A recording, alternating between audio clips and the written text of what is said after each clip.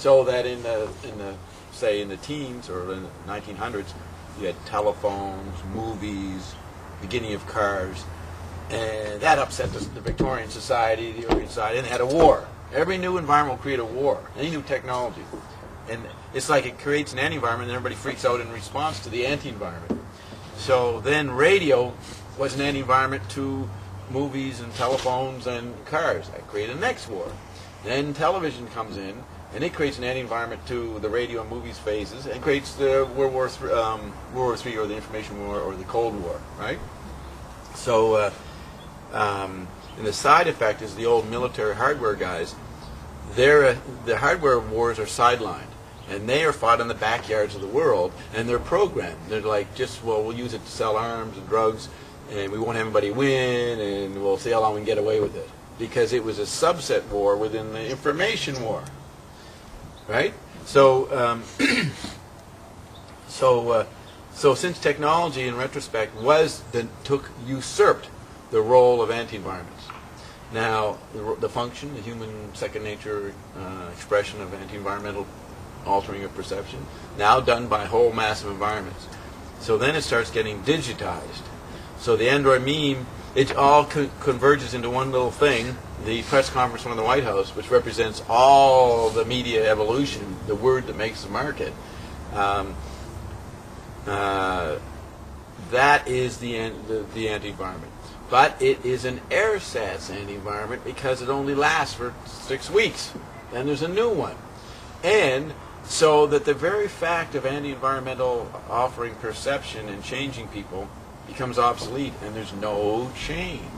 But everybody learns to live on the surface with endless change.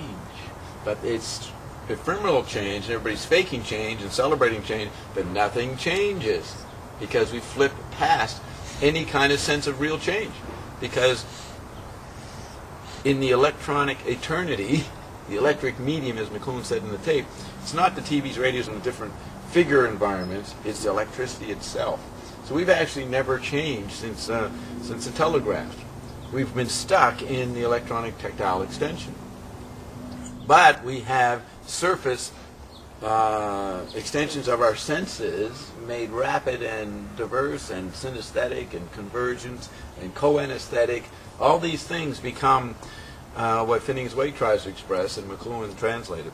So the traditional role of anti-environment or art gets real blurry by 1916. And the dadaists start saying, yeah, there ain't no art, there's no sympathy, blah, blah, blah. They're responding to, they're intuiting. Something else is now becoming the anti-environment or taking over the art role or the shaman or seer role, right?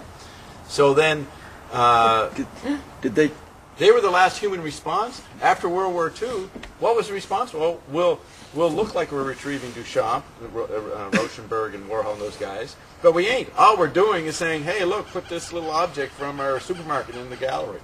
So they actually started to say art was the machines themselves.